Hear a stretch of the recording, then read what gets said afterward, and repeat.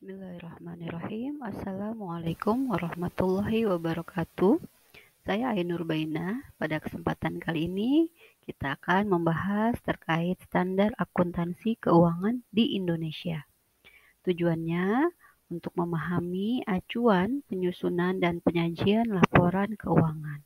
Seperti apa sih dan bagaimana cara penyusunan dan penyajian laporan keuangan di Indonesia? Pembahasannya akan kita bagi menjadi 4 bagian. Pertama, terkait SAK dan perkembangannya. Yang kedua, terkait kerangka dasar. Kemudian bagian ketiga terkait ruang lingkup. Dan terakhir, terkait komponen laporan keuangan. Kita masuk ke bagian pertama, yakni apa itu SAK dan bagaimana perkembangannya. SAK berfungsi sebagai metode dan format baku dalam penyajian informasi laporan keuangan suatu kegiatan bisnis. Pada perkembangannya, pertama kali SAK itu dibuat oleh IAI tahun 94 ya, sebagai revisi atas prinsip akuntansi Indonesia atau PAI. Kemudian seiring berjalannya waktu ya, terjadi juga perubahan dalam standar akuntansi keuangan global atau dikenal sebagai IFRS ya, IFRS International Financial Reporting Standard, yang kemudian diacu juga oleh SAK di Indonesia sampai saat ini. Nah, di Indonesia ada beberapa jenis SAK atau standar akuntansi keuangan. Pertama, SAK umum tadi yang mengacu kepada IFRS. Kemudian ada juga SAK syariah untuk entitas yang melakukan transaksi sesuai prinsip syariah. Kemudian ada SAK EMKM, yaitu standar akuntansi keuangan untuk entitas mikro, kecil, dan menengah. Kemudian ada juga SAK entitas privat, ya, atau dulu disebut sebagai entitas tanpa akuntabilitas publik, ya. Nah, masing-masing ini memiliki kerangka. Ya, kita masuk ke bagian kedua terkait dengan kerangka dasar. Ya, dalam pilar akuntansi tadi, kerangka dasar ini kalau di konvensional kita sebut sebagai kerangka konseptual ya, yang mendasari pembuatan penyusunan SAK atau standar akuntansi keuangan. Ya, di sini kerangka konseptual itu merupakan acuan ya, yang sebelumnya disebutnya KDPPLK atau kerangka dasar penyusunan dan penyajian laporan keuangan. Telah mengalami beberapa revisi juga mulai dari tanggal 4 September 1988, 7 September 94, 27 Agustus 2014 sampai tahun 2016 ya, tepatnya tanggal 28 September itu diubah menjadi kerangka konseptual pelaporan keuangan. Nah, sementara untuk yang transaksi syariah juga punya kerangka dasar sendiri yang namanya KDPP-LKS atau kerangka dasar penyusunan dan penyajian laporan keuangan syariah yang diterbitkan oleh IAI tanggal 27 Juni 2007. Nah, kerangka konseptual ini itu adalah pengaturan ya yang merumuskan konsep yang mendasari penyusunan penyajian laporan keuangan untuk pengguna eksternal. Jadi bagaimana sih penyusunannya, bagaimana penyajiannya, itu aturannya dirumuskan dalam konsep yang disebut KKPK. Tapi kerangka konseptual ini bukan merupakan PSAK. PSAK itu singkatan dari Pernyataan Standar Akuntansi Keuangan. Dan karena dia bukan PSAK, maka ia tidak mendefinisikan standar terkait pengukuran.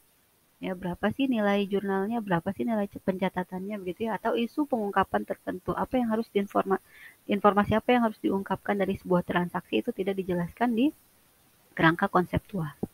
Kemudian jika terdapat perbedaan antara PSAK dan KKPK, maka persyaratan yang ada dalam PSAK itu mengungguli ya, yang digunakan gitu ya sebagai persyaratan daripada kerangka konseptual. Kemudian kalau kerangka dasar penyusunan penyajian laporan keuangan syariah itu buat apa? Kalau KDPP-LKS itu dalam rangka mengatur akuntansi yang mendasari penyusunan penyajian laporan keuangan transaksi syariah. Bedanya tadi kalau KKPK atau kerangka konseptual pelaporan keuangan itu untuk SAK umum yang mengacu pada transaksi yang sifatnya konvensional. Kalau KDPP-LKS ini lebih menjelaskan terkait dengan paradigma, ya. Jadi apa yang dimaksud dengan transaksi syariah, apa saja prinsip-prinsip atau asas transaksi syariah, sebagai bagaimana karakteristik transaksi syariah itu diatur di KDPP LKS. Nah, ini menjadi acuan ya untuk semua entitas yang ada transaksi syariahnya di lembaga tersebut atau dia menggunakan akad-akad sesuai syariah. Nah, kita masuk ke ruang lingkup yang ketiga, yaitu terkait dengan apa sih isi daripada SAK. SAK itu isinya ada dua, yaitu pernyataan dan interpretasi yang dikeluarkan oleh DSAK atau Dewan Standar Akuntansi Keuangan Ikatan Akuntan Indonesia. Ya, kalau yang syariah berarti dari Dewan Standar Akuntansi Syariah.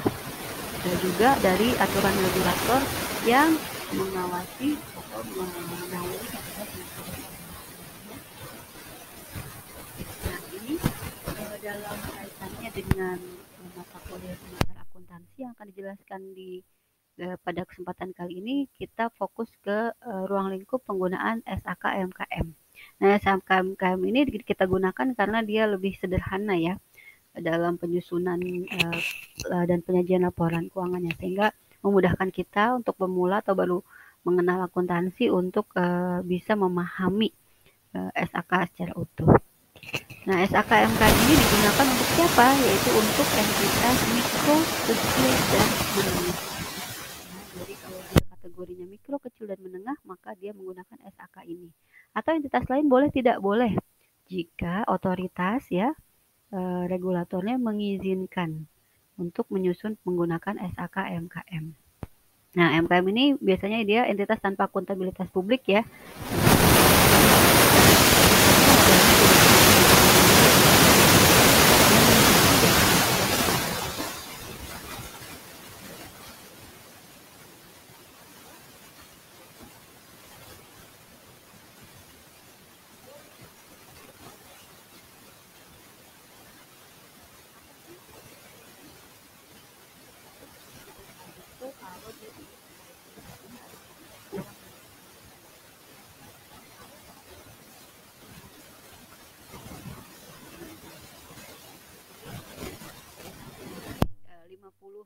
50 sampai 500 juta atau omsetnya 300 juta sampai 2,5 miliar, maka dia dikategorikan sebagai usaha kecil sesuai dengan Undang-Undang Nomor 20 Tahun 2008 Pasal 6 tentang kriteria UMKM.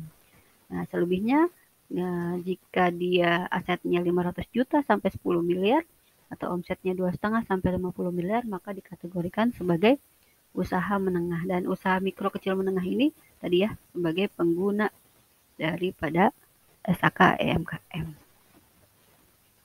Nah, komponen laporan keuangannya seperti apa? Nah, sesuai dengan SAK EMKM, minimal ada 3 laporan yang harus disajikan, disusun ya oleh entitas mikro, kecil, dan menengah. Pertama adalah laporan posisi keuangan, yaitu laporan yang mencerminkan berapa aset, berapa liabilitas, ya kewajiban, dan berapa modal atau ekuitas perusahaan. Kemudian laporan laba rugi yang menunjukkan kinerja entitas tersebut ya. Kalau pendapatannya lebih besar daripada bebannya berarti berkinerja laba atau surplus ya. Kalau misalnya pendapatannya lebih kecil daripada bebannya berarti kinerjanya defisit atau rugi. Dan yang ketiga yaitu catatan atas laporan keuangan sebagai informasi tambahan yang wajib ada yang mendukung ya laporan posisi keuangan dan laporan laba rugi. Ya. Isinya seperti ini ya, laporan posisi keuangan mulai dari daftar aset ya, daftar harta periode ini dan periode sebelumnya. Kemudian juga liabilitas ya, kewajiban baik itu jangka pendek atau jangka panjang, dan juga posisi terkait modal ya, berapa modal tahun ini atau periode ini dan periode sebelumnya serta saldo labanya. Laba rugi ya tadi dijelaskan. Yang kedua yaitu laporan yang mencerminkan kinerja ya, berapa sih penghasilan yang masuk, berapa beban yang keluar periode ini dan periode sebelumnya ya. Dan yang ketiga adanya catatan atas laporan keuangan. Jadi sebuah entitas mikro, kecil, dan menengah itu selain melaporkan posisi keuangan dan laporan laba rugi juga harus memberikan informasi tambahan berupa deskripsi penjelasan terkait keterangan umum usahanya, kebijakan akuntansinya, juga rincian daripada setiap unsur laporan keuangannya, mulai dari asetnya, liabilitasnya, modalnya, pendapatan, hingga bebannya. Nah, laporan keuangan ini kemudian nanti kita nilai kualitasnya. Ada yang disebut dengan karakteristik kualitatif informasi keuangan. Ini guna mengidentifikasi apa sih jenis informasi yang kemungkinan besar sangat dibutuhkan oleh pengguna dalam membuat keputusan mengenai entitas pelapor berdasarkan informasi dalam laporan keuangan. Jadi informasi apa saja nih yang dibutuhkan oleh pengguna itu harus ditampilkan, harus dijelaskan gitu ya, supaya informasinya relevan dan faithful representation, ya, bisa merepresentasi informasi yang tepat yang dibutuhkan. Nah, itu kriterianya ada 4 ya. Pertama disebut berkualitas kalau dia bisa dibandingkan. Ya, dibandingkan antara periode ini dan periode sebelumnya, juga bisa dibandingkan antara entitas satu dengan entitas lainnya. Yang kedua, dia terverifikasi atau verifiable ya. Jadi dia harus andal tuh informasinya. Ya, kemudian yang ketiga tepat waktu, timely ya, relevan ya. Jadi nggak terlalu lama tuh laporannya gitu ya. Kemudian yang ketiga, yang terakhir, yang keempat itu understandable, harus bisa dipahami laporan keuangannya, baru jika memenuhi kriteria ini disebut sebagai laporan keuangan berkualitas. Nah, untuk menjaganya siapa yang bertanggung jawab? Laporan keuangan itu menjadi tanggung jawab manajemen. Ya, atas apa? Atas sumber daya yang diamanahkan kepada mereka untuk dikelola. Nah, ini sekilas ya kita bahasan kita terkait standar akuntansi keuangan di Indonesia. Nanti rinciannya bagaimana cara kita menyusun laporan posisi keuangan, bagaimana cara kita menyusun laporan kinerja, bagaimana cara kita membuat catatan atas laporan keuangan, insya Allah akan dijelaskan dalam pertemuan berikutnya. Dari saya cukup sekian, terima kasih. Wassalamualaikum warahmatullahi wabarakatuh.